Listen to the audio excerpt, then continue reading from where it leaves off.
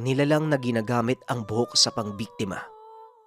Sinisipsip ang dugo ng tao at kinukuha ang kaluluwa. Ang kwentong ito ay hango sa totoong buhay.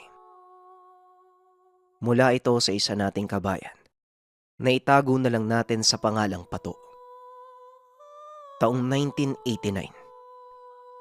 Baryo Pulupandan, Iloilo. Umaga pa lamang gising na si Pato dahil sa lakas ng boses ng ina. Halos araw-araw ganon ang sistema sa tahanan. Binubulyawan ng ina ang tatay niyang lasinggero. Ni hindi ito nakakatulog sa tahanan dahil nauubos ang oras sa bisyong walang kwenta. Naturingang tanod ang ama sa baryo, pero ginawang tagayan ang outpost. Tuwing madaling araw nitong tinatahi ang daan kasama ang mga kapwa tanod na kumakanta pa. Ginagawang mikropono ang batutang hawak. Hindi ko pinangarap na tumandang kasama ang lasinggerong kagaya mo. Naturingan kayong tagabantay ng baryo pero hindi ko alam. Bakit sobra-sobra naman yata yung ginagawa nyo? Kasama mo pa yung tropa mong uhugin. Pero kung makalaklak ng syoktong, akala nyo daig nyo pa si Kulapo. Wika ni Nanay Kuring. Hindi mo ba alam? Kaibigan namin yang si Kulapo. Eh siya nga nagturo sa aming tumungga eh. Eh tama na nga yung pagtataray mo ang aga-aga. Palagi na lang ang ingay ng bunganga mo eh. Ayoko ng ganyang guring. Eh bakit kahit lasinggero ko? Hindi naman kayo nagutom ng anak ko ah. May tamang pagkain naman tayo sa araw-araw. Ano bang problema mo? Tugon ni Tatay Mitoy. Ay may gana ka pang magbiro at tumawang damuho ka. Wala ka nang oras sa amin ng anak mo eh. Nauubos sa barkada. Oo, hindi tayo nagugutom pero hindi dahil sa'yo. Halos makuba na ako dito kakaluto ng mga kakanin. Pero ikaw, naku patawarin. Baka masuntok ko talaga yung mukha mo. Wika ni Nanay Kuring. Nay, ang aga-aga. Pwede ba? Kahit isang araw lang magpahinga kayo sa bangayan. Nakakaya sa mga kapitbahay natin eh. Kahit malayo yung pagitan, tumatagos yung boses nyo, rinig na rinig eh. Nay, sige na po. Magsasalang pa tayo ng mailalako ngayong araw. Hayaan mo na yun si tatay. Buti nga nakauwi yan ng ligtas eh. Napatahimik ang mga magulang dahil sa pag-awat ng anak. Kahit nakasimangot ang mukha ng ina. Inalalayan ito ni Pato sa paghahanda ng sumang ilalako.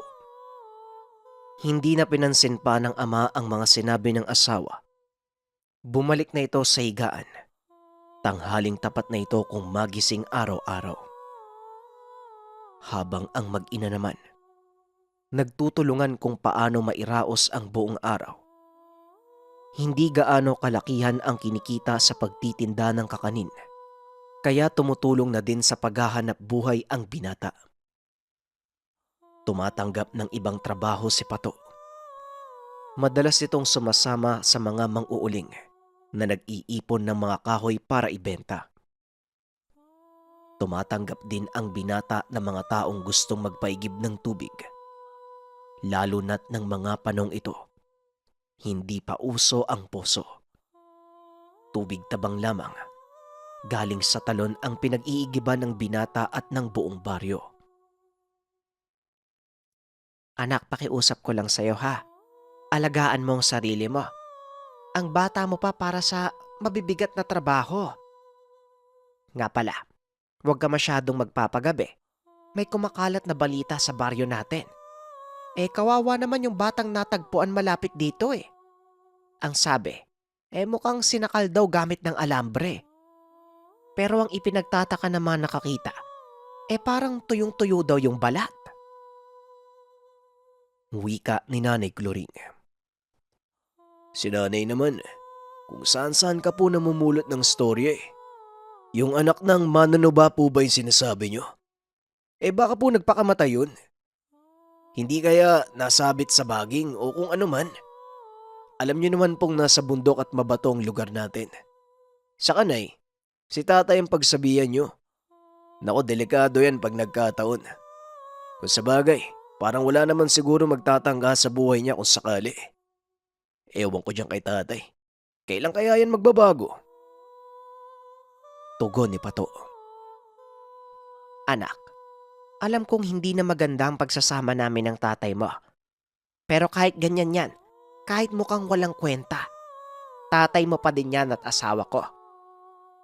Malabong magbago ang ganyang tao maliban na lang kung balang araw. Singilin siya ng mundo sa mga pinagagawa niya. Mabait naman niyang tatay mo. Nawiwili lang sa barkada.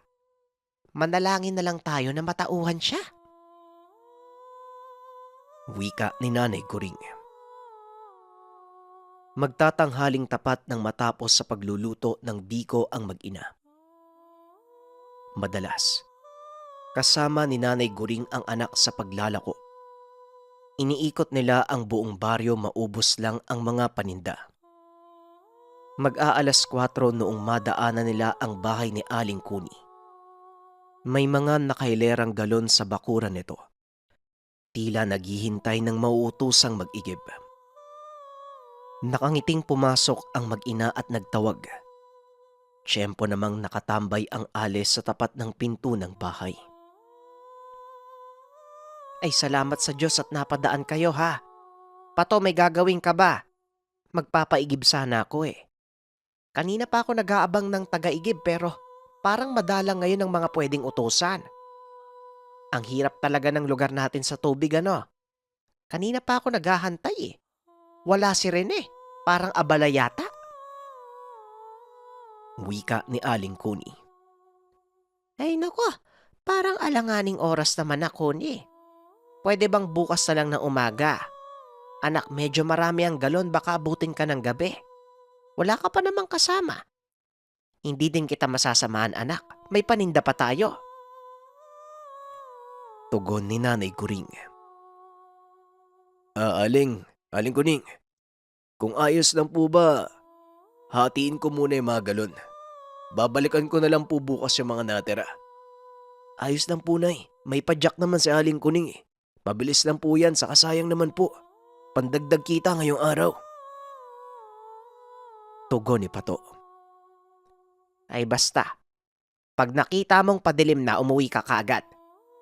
Koni, padalhan mo na lang siya ng ilaw, baka abutin siya ng dilim sa daan eh. Anak, maganda yung solo ang dalhin mo. Mas malaki ang liwanag, panigurado lang. Wika ni Nanay Kuring. Sige po nay, ako na pong bahala. Huwag ka po masyadong mag-alala sa akin. May mga nag-iigib naman po kahit gabi na eh. Saka kabisado ko naman po yung lugar kung sakali. Kinarga ng binata sa padyak ang kasya sa unahan. Inihanda na din niya ang sulong yari sa kawayan. Itinali ito ni Pato sa likuran ng padyak. Nagpasalamat naman ang Ales sa hindi pagtanggi ng binata. Medyo may kalayuan sa mga kabayan ang talong pinag-iigiban nito. Pero ng mga oras na yon, marami pa naman siyang nakakasabay na nag-iigib. Ilang minuto lang ang lumipas nang maabot niya ang lugar. Hindi kagad ito nakasahod dahil marami pang nakapilang galon. Kaunting pagpapaliwanag sa lugar. Ang igiban ay malawak na talon na nilagyan ng sementong harang. Nang mga panong ito, nagpagawa ang gobyerno ng napakalaking tangke sa gilid ng balon na nagiging daluyan ng tubig. Nilagyan ng pansala upang malinis at pwedeng inumin ng tubig na makukuha ng mga residente sa lugar. Nilagyan ng tubo ang tangke upang maging madali ang pag-igib. Pasensya na Pato. Napakadami ng galon ko eh. Kay Aling Kuni ba yung mga galon mo? Dadaanan ko dapat yan kanina kaso itong kanu sa tabi ng bahay ni Kapitan. Akala ko konti lang yung galon, ang dami pala.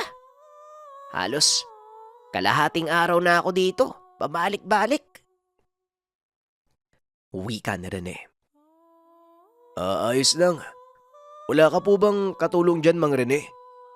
Parang punong-puno na po yung padyak mo sa kapadilim na. Huwag mo nang ubusin yan. Bukas naman po yung iba. Mahirapan po kayo mamaya kapag sobrang dami. Tugon ni Pato. Oo nga eh. Hindi ko naman maiwan ng basta yung mga galon dito. Baka kasi may magnakaw eh. Imbis na magkapera. Baka magbayad pa ako kung nagkataon. Pagpasensyahan mo na lang kung medyo mahaba ang pila. Napatango na lang ang binata. Sa isip niya aabutin talaga ng dilim bago siya makauwi. Habang naghihintay, inihanda niya na ang lagayan ng sulong itinali sa likod ng padyak. Nilakyan ng itaas nito para malawak ang liwanag. Mabilis na lumipas ang oras hanggang sa tuluyang nilukob ng dilim ang lugar. Natapos na si Mang Rene. Nagmamadali ng hinilera ni Pato ang mga dala niyang galon. Nakasindi na din ang sulo habang pinupuno ang mga lalagyan. Kakaalis lang ni Mang Rene sa lugar. Tinignan niya ang buong paligid. Sobrang tahimik. Tubig na lang sa talon ang maririnig. Nanalangin ang binatang maikarga ng maayos ang mga dala. Ilang sandali pa, nang binabagtas na ang daanan, nung una ay maayos naman ang pagpadyak ng binata. Napapaisip pa ito kung bakit tila ni huni ng kuliglig ay hindi niya naririnig. Kaya nagpasipol-sipol na lang ito para makalma ang sarili. Ito ang unang pagkakataon na nilakbay ni Pato ang lugar ng gabi at walang kasama. Ilang sandali pa, nakarinig siya ng mga kaluskos sa isang banda. Akala niya nung una, mga nadaanan lang na tuyong dahon. Hindi naman mainit pero nararamdaman niya ang alinsangan ng lugar. Napalingon ang binata nang may kung anong puwersang pumigil sa kanya sa pag-usad. Sa hindi inaasahang kaganapan, biglang may yumugyog sa sinasakyan ni Pato. Dahilan ng pagkawala ng balanse ng binata at kamuntikan pang masubsob sa manibela. Sa sobrang gulat ay napasigaw siya ng malakas. Dito siya mas lalong kinabahan nang mapansing malayo pa sa mga kabayan. Huminga ng malalim si Pato at inayos ang sarili. Natatakot man sa nangyari pero sa isip niya, hindi pwedeng mataranta lalo't gabi. Buong tapang siyang bumaba sa padyak at tumingin sa likuran. Tinignan kung ano ang nangyari. Nanlaki ang mga mata ng binata nang makita na may nakadikit na tila binilog na bungkos ng buhok sa likuran. Wala naman siyang nakitang katawan, pero tila nakakapit ito sa mismong likod ng padyak. Halos maihi siya sa sobrang takot. Hindi makagalaw sa kinakatayuan. Hoy! Hoy, Pato! Ay sus, Ginoo! Wika ni Mang Rene. Isang dipa ang pagitan ni Rene kay Pato nang binuhusan nito ng tubig. Ayon sa matanda, naiwang nakatulala lamang si Pato sa isang banda. Dahil sa liwanag na nagmumula sa sulo, nakita nito ang pagsabay sa hangin ng nilalang. Sinampal ni Mang Rene si Pato upang bumalik sa ulirat. Dito lamang natauhan ng binata. Huwag ka na magsalita. Magigib pa sana ako dahil naisip kong nandun ka pa. Bukas na nga lang to. Ayos ka lang ba? Pasensya na ha. Naligo ka tuloy nang wala sa oras. Pag ganyan ang loob mo, wag na wag kang magpapagabi, delikado. Naunahan ka ng takot kaya hindi ka nakagalaw eh. Wika ni Mang Rene. Maraming salamat po. Kung hindi kayo dumating, siguradong napano na ako dito. Tugon ni Pato. Sige na, sumakay ka na sa padyak mo. Uuwi na tayo. Baka bumalik pa yung demonyong gumo na yun eh. Bilisan mo. Hindi yun namamatay kahit anong pangontra. Pero takot sila sa apoy, kaya dagdagan natin yung sulo mo. Hindi ka nalapitan kaagad dahil sa laki ng apoy. Pasalamat ka sa sulo mo, hindi sa akin ha. Ang mali mo kasi, bakit ka pa bumaba? Wika ni Mang Rene. Dali-dali na silang umalis sa lugar.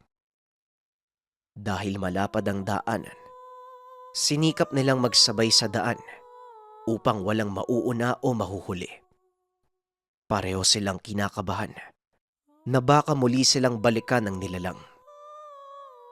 Ilang sandali pa, naabot na nila ang kabayan at doon pa lamang nakahinga ng maluwag si Pato. Bago pa man tuluyang maghiwalay ng daan, muling nagpasalamat si Pato kay Mang Rene.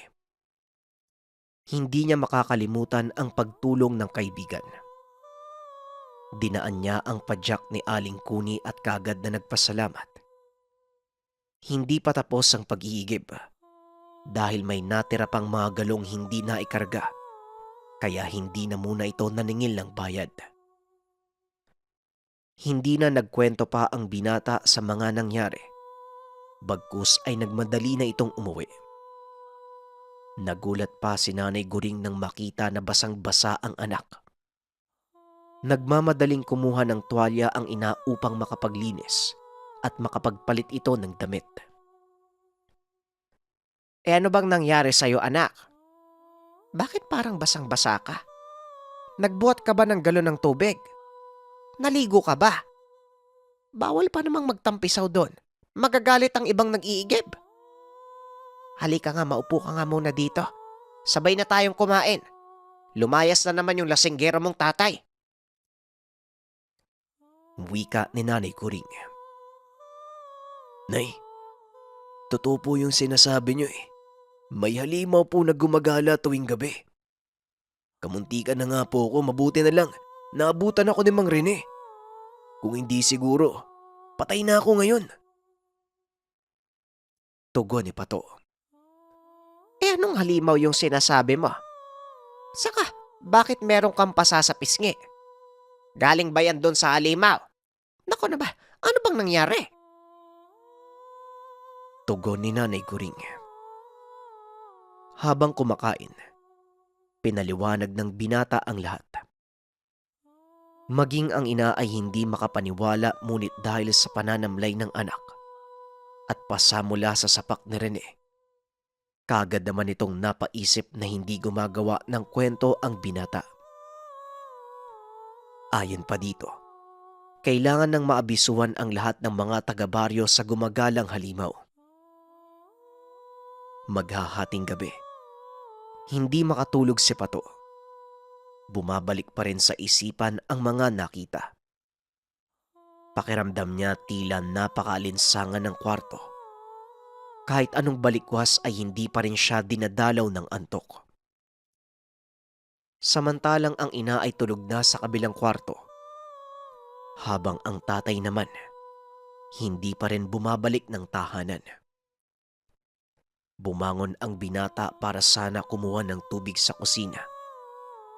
Pakiramdam niya, natutuyo ang lalamunan dahil sa nararamdamang init. Sobrang dilim sa labas ng tahanan.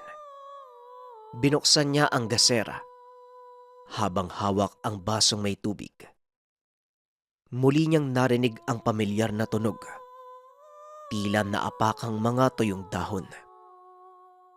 Tumayo ang balahibo ni Pato nang makumpirmang nasundan siya ng nilalang.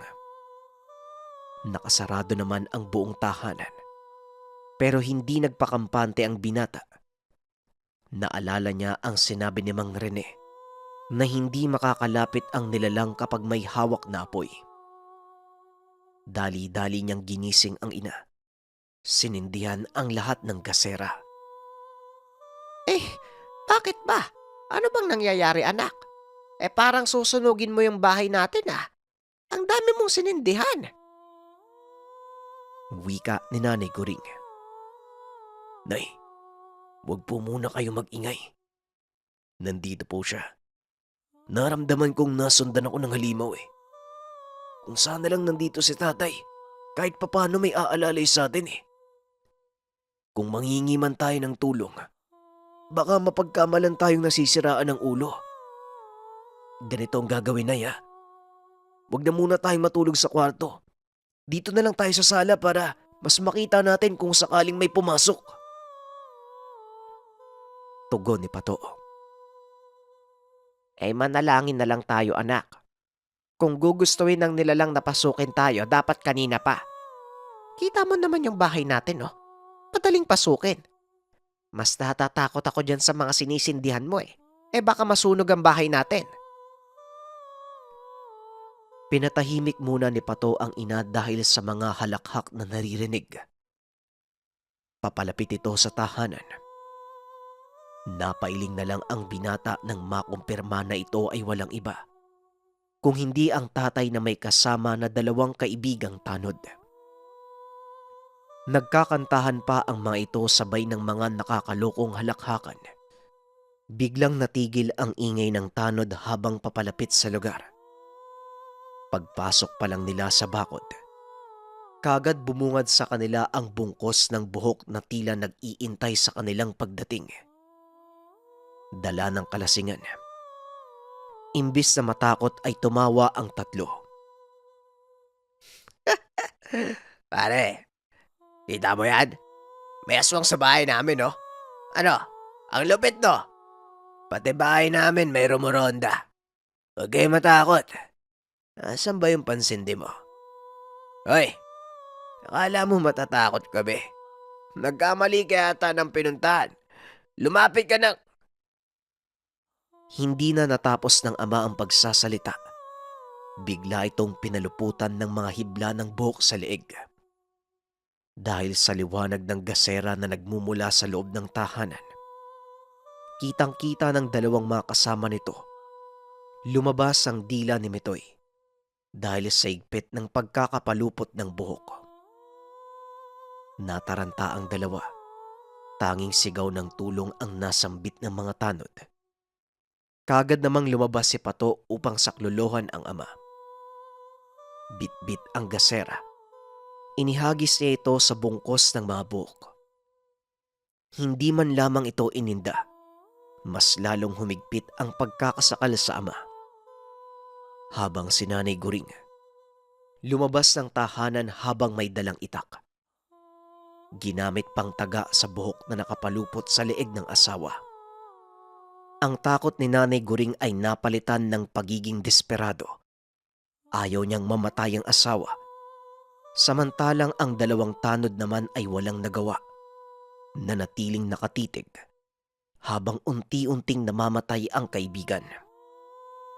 Ngunit si Nanay Guring, walang habas sa pinagtataga ang gumon kahit anong direksyon. Akmang susugod pa sana si Pato para sunugin ang gumon. Pero hindi niya ito naabutan. Kaagad nang lumayo sa lugar. Metoy! Metoy! Gumising ka dyan! Buhay ka pa ba? Wika ni Nanay Guring. Nay, tama na po yan. Ayos na po yan si tatay. Grabe ka na ya. Hindi ka natakot. Ikaw pupuntahan mo pa rin pala si tatay kapag mamamatay na eh. Tinan mo ay mga kumpare mo, tay. Malakas lang sa inuman, pero kapag patayan na, hindi na gumagalaw. Bukas wag na kayo magtanod Si Nanay Guring na lang ipalit nyo. Hindi pa rin makakibo ang tatlo. Kaya inalalayan muna ito papasok ng tahanan. Hindi na pinauwi ang 2. Inasikaso na lang ito ng mag-ina. Kinabukasan, mababaka sa bahay at bakuran ni Pato ang mga nangyari. Lalo na ang mga tama ng itak ni Nanay Guring. Hindi na bumitiw pa ang 3 at bumitaw na sa pagkatanod. Samantalang nagtawag pa sila ng albularyo para kay Tatay Mitoy. Dahil matapos ng kaganapan, halos gabi-gabi itong dinadalaw ng bangungot dahil sa mga nasaksihan. Maging ang mga pagpaparamdam ng nilalang sa tahanan, naging pabalik-balik. Ayon sa manggagamot, ang gumon ay isang uri ng aswang na sumisipsip ng dugo. at kumukuha ng kaluluwa ng mga biktima. Dagdag pa ng albularyo, hindi ito titigil hanggat hindi nakukuha ang mga minarkahan na biktima. Para matigil ang panggagambala sa kanila, nagsagawa ang albularyo ng orasyon upang malinis ang paligid, pangtanggal sa mga markang iniwan ng nilalang. Binigyan din sila ng mga pangontra. Sa ngayon, merong pa ring nabibiktima ang gumon sa lugar. Maraming mga taong hindi naniniwala sa kwento. Para sa iba, istorya lamang ito na ginawa upang panakot. Ngunit para kay Pato, ito ang pinaka nakakatakot na karanasan. Kitang-kita niya kung paanong tumapang ang ina nang minsang malagay sa peligro ang buhay ng tatay nang dahil sa isang gumon.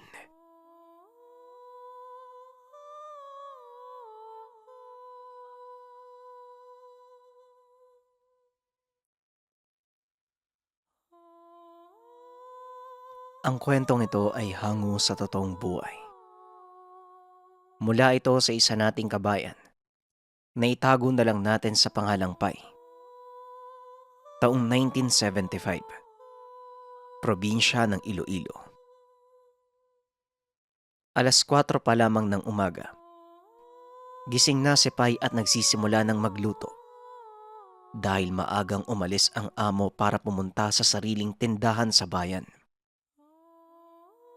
Matapos mapakain at maasikaso ang mga dadalhin ng amo, saka pa lamang magkakaroon si Pai ng oras para kumain at asikasuhin ang sarili.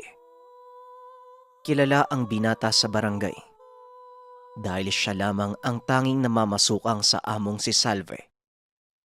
Ito ang nagmamay-ari ng mansyong tahanan sa lugar. Nakakasya kahit 10 pamilya.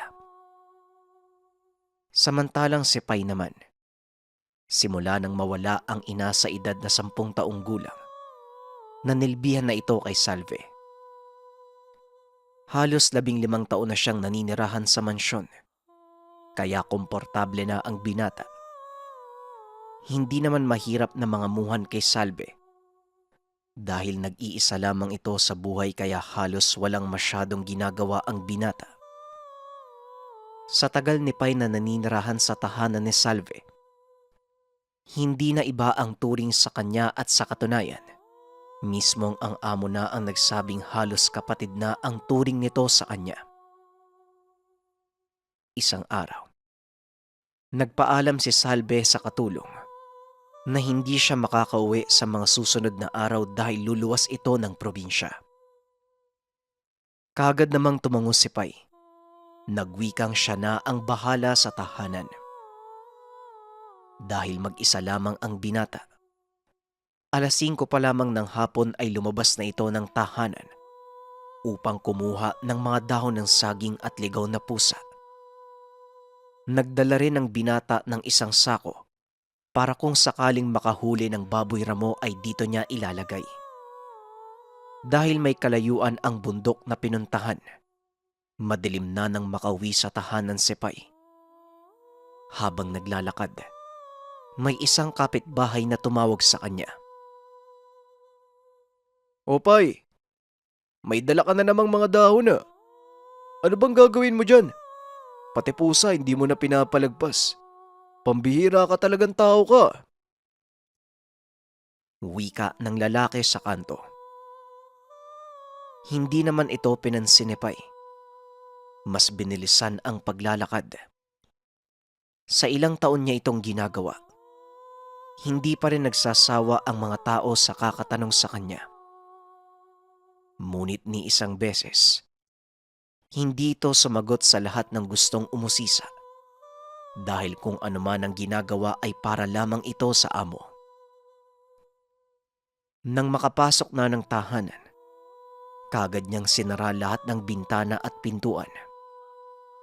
Matapos ibigay sa alaga ang nahuling pusa at mga dahon ng saging, ito na ang huling ginawa ng binata bago matulog. Magdamag naging payapa ang buong tahanan. Nang sumunod na araw, Pagkagising ni Pai, narinig niya ang ingay ng mga kapitbahay. Kaya mabilis siyang lumabas ng tahanan para malaman ang naganap. Ayon sa isang ginang na nakausap ng binata, may isang dalubhasang albularyo na pumunta sa lugar para magsagawa ng libreng panggagamot. Dala ng kuryosidad, sumabay sa agos ng mga tao si Pai, hanggang sa makita ang napakatandang lalaki na nakaupo sa isang kubo. May lumapit na kapitbahay na matagal nang paralisado. Dahil manggagamot ang matanda, kagad nitong hinawakan sa noo ang kapitbahay. Bumubulong sa hindi maintindihang lengguwahe habang hawak ang kwintas. Maya-maya pa, biglang nawalan ng malay ang pasyente. Nagantay ang lahat ng ilang minuto hanggang sa kusa na lang nagising ang paralisado. Kagad itong inutusan ng matanda na bumangon at subukang maglakad. Ganon na lamang ang pagkabigla ng lahat ng tuwidang nakakapaglakad ang pasyente. Dahil sa nakita, sunod-sunod na ang mga napila para magpagamot. Nanatili ng ilang oras pa ang binata at bago umalis, napabulong na lamang sa sarili na pambihira at napakahusay ng albularyo. Pagkabalik sa tahanan, wala naman siyang magawa dahil mag-isa lang din sa bahay. Tanging ang pinagkakaabalahan lamang ng binata ay pagtatanim ng mga bulaklak. Bandang 6:00 ng gabi, habang nakaupo sa bakuran, nakita ni Pai na nakatanaw mula sa bakod ang dayuhang manggagamot. Walang pagdadalawang isip niya naman itong pinagbuksan at pinapasok. Maraming salamat, iho. Ako nga pala si Epe. Alam kong nakita mo ko kanina. Kumusta pala ang inaalagaan mong nilalag? Wika ni Tandang Epe. Napatitig naman si Pai habang nakakunot ang noo. Iniisip kung paanong nalaman ng matanda ang nakatagong sekreto ng amo. Naalala ni Pai nung una siyang mamasukan sa tahanan ni Salve. Kagad nitong naibahagi kay Pai ang alaga. Nakaramdam man ng takot sa umpisa.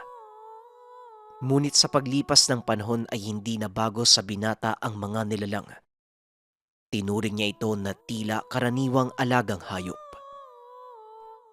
Ito ang dahilan sa palagi niyang pagkuha ng mga dahon ng saging at buhay na pusa. Ito ang karaniwang pagkain ng nilalang.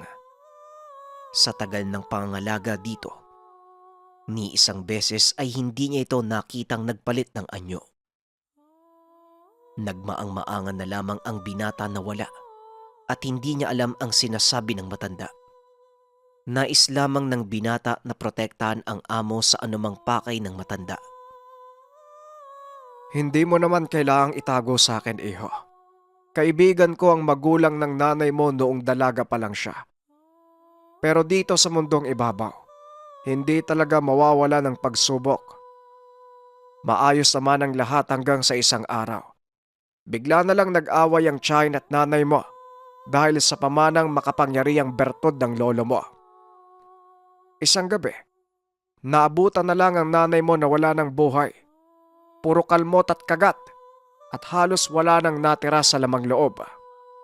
Ayon sa haka-haka, lahat ng yon ay pakana ng tiyahin mo. Alam mo ba kung ano ang nilalang na yon? Maniwala ka o hindi, yang inaalagaan mo. Yan mismo ang kumitil sa buhay ng nanay mo dahil nautusan. Wika ni Tandang Epe. Dahil sa narinig, pansamantalang tumigil ang mundo ni Pai. Muling bumalik sa alaala ng minsang maiwan ng ina sa hindi malamang dahilan. Tanging ang lasog-lasog na katawan na lamang nito ang huling nakita bago ihatid sa huling hantungan. Sa murang edad na 10 taong gulang, hindi biro na maiwang mag-isa. Kaya laking pasasalamat niya kay Salve dahil ito ang kumupkup sa kanya mula nang mawalan ng magulang. Ilang sandali pa, Nang bumalik sa wisyo ay hinamon nito ang matanda kung paano mapapatunayan na totoo ang lahat ng sinasabi. Walang pagdadalawang isip na inilabas ni Tatang Epe ang lumang larawan ng nanay. Ganun na lamang ang pagbilis ng tibok ng puso niya nang makita ang larawan ng ina. Ito ang huling larawan ng nanay mo na hawak ko. Nais ko sanang mabigyan ng proteksyon ang katawan ng nanay mo bago siya atakin ng tiyahin mo. Pero nahuli ako, iho. Hindi ko matukoy kung ano ang tangan pero alam ko na sobrang makapangyarihan. Kaya dahil sa tindi ng paligsahan ng magkapatid para sa pamanang bertud ng lolo nila, humingi ng tulong ang tiyahin mo sa mga kakilala niyang may sakaliwa. Yon ang dahilan ng pagkamatay ng nanay mo. Pagpapaliwanag ni Tandang Epe. Sa puntong ito, hindi na malaman ni Pai ang mararamdaman. Kaya natanong niya ang matanda kung sino ang tiyahin na binabanggit nito. Sumimangot lamang ang albularyo at nagpaalam na muna. Hindi niya na nagawa pang sundan ang matanda sa labas dahil gulong-gulo na ang isipan ni Pai. Ilang oras din itong nanatili sa kinauupuan dahil sa mga nalaman. Hindi mawari kung tama bang maniwala o baka gawa-gawa lamang ni Tandang Epe ang lahat. Ngunit sa kabila nito, hindi naman mawala sa isipan ang larawan ng ina. Hanggang sa dumating na ang amo, dahilan kaya pansamantalang nabaling ang atensyon niya dito. Kagaya ng nakagawian. Kwento ni Salve ang nangyari sa pinuntahan. Matapos ang kaunting pag-uusap ng dalawa, nagpahinga na ang mga ito dahil maaga pa silang gigising bukas para ipagpatuloy ang pagbabantay sa tindahan. Napakabigat ng loob ni Pai kinabukasan. Muli niyang naalala ang pagkawala ng ina. Nanatili lamang sa kwarto. Binuksan ang bintana at taimtim na nagdasal para sa ina. Nang isasara na ni Pai ang bintana, nasilayan nito ang manggagamot na nakaupo habang nakatitig sa harap ng tahanan. Dahil wala naman itong masamang ginagawa, hindi na lamang ito pinansin ni Pai. Nang sumunod na araw, kagaya ng dati ay maaga pa rin gumising si Pai para pagsilbihan ng amo. Buong maghapon. Wala namang kakaibang nangyari hanggang sa sumapit ang 6:00 ng gabi.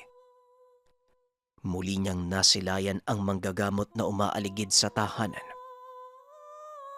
Bagamat maraming katanungan sa isipan na nais linawin sa matanda, hindi na ito binigyang pansin pa ng binata. Bagkus ay hindi na inisip na totoo ang mga sinabi nito sa kanya. Lumipas ang ilang pang araw.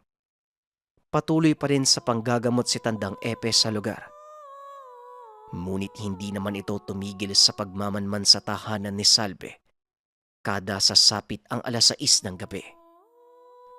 Isang araw matapos ang lahat ng gawain sa tahanan, pumunta si Pai sa likuran ng tahanan kung saan nakakulong ang nilalang para sana bigyan ito ng makakain. Ngunit imbis na dumiretso sa likuran, hindi na ito nagawa pa ng binata dahil nakita niyang nag-uusap si Salve at ang manggagamot. Gawa ng kuryosidad sa nangyayari, naghanap ito ng matataguan na malapit sa dalawa. At nang bagyang makalapit kay Salve si Tandang Epe, napagtanto ng binata na nag-aaway ang amo at ang manggagamot. Ayon sa mga narinig, pinag-uusapan ng dalawa ang dahilan sa pagkamatay ng sariling ina. Ang manggagamot, sinisisi si Salve dahil sa pagkamatay nito. Madiinding inalahad ni Salve na ginawa lamang niya iyon dahil sa utos ng sariling ama. Ngunit ang labis na ikinagulat ng binata nang marinig nito mula mismo sa manggagamot na ang tinutukoy nitong tiyahin ay ang mismong amo. Dahil sa narinig, nanginig ang buong katawan ni Pai. Sumilip ito sa butas ng pader at dito nasaksihan ang hawak ng amo. Isang napakaliit na puting bato, bagyang itinutok sa noo ng matanda. Walang ano-ano, biglang nawalan ng malay si Tandang Epe. Samantalang ang amo naman ay dumiretso na ng alis. Naisa nang lapitan ito ni Pai, ngunit hindi na nagtangka pa. Alam niya kung paanong magalit ang amo. Gulong-gulo man ang isipan. Pilit na lamang itong bumalik sa kwarto habang dahan-dahan sa paglalakad. Dahil sa mga nasaksiyan, hindi kaagad nakatulog ang binata. Hindi nito isinara ang mga bintana dahil minu-minuto niyang pinagmamasdan ang paglabas ng matanda. Maya-maya pa, nakita niya itong naglakad ng dahan-dahan na tila ramdam ang pagkahilo. Sinundan niya lamang ito ng titig hanggang sa tuluyang makalabas ng bakuran. Sa puntong ito, nakaramdam ng kaunting ginhawa ang binata nang masiguradong buhay ang manggagamot. Hindi rin nagtagal, nagpahinga na ito dahil malalim na ang gabi. Pagkagising ni Pai, may gumugulo pa rin sa isipan ng binata. Tila inuusig siya ng konsensya na puntahan ng matanda. Kaya naman nagpaalam ito sa amo. Hindi naman siya pinigilan sa paghingi ng isang araw na pahinga. Sa katunayan, binigyan pa ito ng pera upang gamitin kung maisipang mamasyal. Nagpasalamat naman ang binata at diretsyo nang umalis. Sa pagtatanong-tanong sa barangay, sinabihan siya ng ibang mga kapitbahay nasa tahanan ng kapitan ang manggagamot. Dahil sa nalaman, nakaramdam ng kaba si Pai kaya kagad niya itong pinuntahan. Pagkarating sa tahanan ng kapitan, napag-alaman mismo sa punong barangay na nawawala na sa tamang pag-iisip ang matanda. Nasaksak nito ang unang pasyente. Sa pagpipilit ni Pai na makita ito, sinamahan siya ng tanod sa barangay at nasilayang nakakulong na ang manggagamot. Nakakaawa ang kalagayan ni Tandang Epe. Ang dating walang ibang ginawa kung hindi tumulong ay nasa likod na ng rehas. Sinubukan itong lapitan ni Pai, ngunit tanging pagngisi na lamang ang naiharap ng matanda. Nagawa pa ni Pai na subukang tanungin ang matanda kung kilala pa siya. Ngunit baka sa mukha nito na wala na siyang naaalala. Dahil sa sitwasyon, labis na ng lumo si Pai. Sumagi sa isipan ng binata ang batong itinapat ng amo sa noo ng matanda. Marahil ito ang dahilan kung bakit nawala sa katinoan si Tandang Epe. Sa puntong ito, paulit-ulit na iniisip ng binata na baka totoo ang lahat ng sinabi ng manggagamot. Lalo pat narinig niya ang usapan ng matanda at ng amo. Totoo nga ang narinig niya ng gabing iyon. Ang among kumupkup sa kanya ng 15 taon. Walang iba kung hindi ang tiyahin na siyang pumatay sa kanyang ina. Ngunit ang lahat ng ito, nanatili lamang sa isipan ng binata. Kagad siyang umalis sa barangay ng dahil sa takot na merong magbalita sa amo na pumunta siya sa lugar. Magmula ng araw na yun, pasimple na lamang bumibisita si Pai sa matanda. Ngunit hindi na bumalik sa tamang pag-iisip si Tandang Epe. Gawa ng halos lahat ng nasa paligid ay hindi na makilala pa. Samantala, hindi rin naman siya umalis sa tahanan ng amo dahil alam niya sa sarili. Kahit saan siya pumunta, matutuntun siya ng amo dahil sa tanga na bertud. Dagdag pa ng binata, kung ano man ang mga nalalaman niya ay sa kanya na lamang. Alam ni Pai na kahit naisin man niyang makamit ang hustisya para sa ina, hindi rin ito mangyayari dahil mahirap kalabanin ang mga taong may kakayahan. At kailanman, hindi ito malalabanan ng normal na tao. Sumapit ang isang gabi. Ito ang nagpabago sa buhay ni Pai. 11:00 nang makauwi ang among si Salve. Nag-abiso ito sa kanya na pupunta sila ng bundok. Kahit 10 oras na ng gabi ng mga panong iyon, sumang-ayon lamang si Pai. Bago pa man umalis ng tahanan, ipinalagay na sa kanya ng amo sa sako ang walang buhay na baboy ramo. Kaagad naman itong ginawa ni Pai at dinala palabas ng tahanan.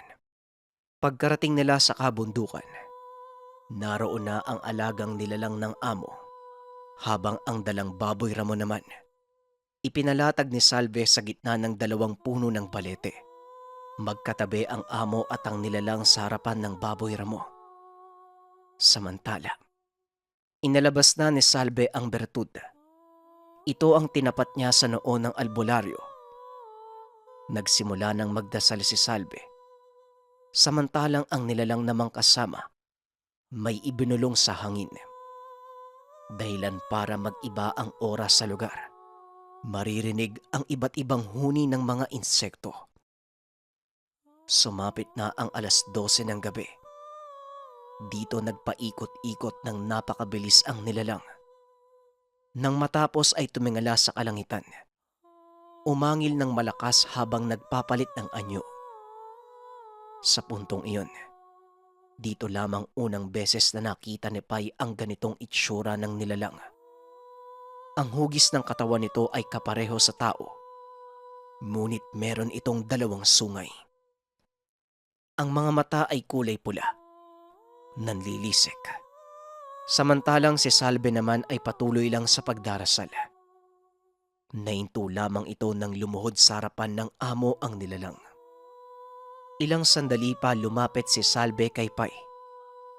Sa puntong iyon nanginginig na ang buong katawan ng binata dahil sa kakaibang enerhiyang dala ng bato na hawak ng amo. Kagaya ng matandang manggagamot, tinutok rin sa noo niya ang tanga na bertud. Kaya naman bumulagta na lamang siya sa lupa. Ang sumunod na naramdaman ni Pai, sakit sa ulo habang bumabangon. Nagmasid siya sa paligid, lalo pat batid niyang nakaiga siya sa talayban ng mga sandaling iyon. Mataas na ang sikat ng araw. May mga tao na naglalakad sa lugar. Nang tuluyang may masmasan ay napagtanto na ang talaybang ito ay malapit sa tahanan.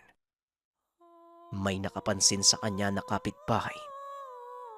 Nagpalusot na lamang ang binata na nalasing kagabi at doon na nakatulog. Dali-dali siyang pumunta sa tindahan ng amo para tignan kung nagbabantay ito. Ngunit wala si Salve. Maging sa sariling tahanan ay hindi niya ito mahanap. Naupo na lamang si Pai sa kwarto habang iniisip ang mga nangyari nung nakaraang gabi. Hanggang sa napakunot ang noo niya. Pagkaharap sa salamin, napansin niya ang itim na balat sa noo. Pareho sa hugis ng bertud na dala ni Salve. Magmula ng araw na yon, nagawa pa namang balikan ni Pai ang bundok na pinuntahan kasama ang amo. Sa katunayan, ilang beses siyang nag-antay. Baka sakaling masilayan ang amo at ang alagang nilalang. Ngunit tanging katahimikan na lamang ang sumalubong sa kanya. Naging usap-usapan sa lugar na wala na ang amo. Ngunit ni isang beses ay hindi ito kinumpirma ng binata. Hanggang sa lumipas pa ang mga buwan at taon. Sobrang naging mahirap kay Pai ang pagtanggap sa biglaang pagkawala ng mga kasama sa tahanan. Samantala, patuloy pa rin ito sa pagdalaw sa matandang albularyo. Umaasa na baka bumalik ito sa tamang wisyo upang tulungan siya at masagot ang iba pang katanungan. Ngunit habang tumatagal ay mas lalong lumalala ang problema ni Tandang Epe. Nawala na din ito sa poder ng barangay. Nakawala ito sa rehas at hindi na muling nakita pa. Lumipas pa ang maraming taon.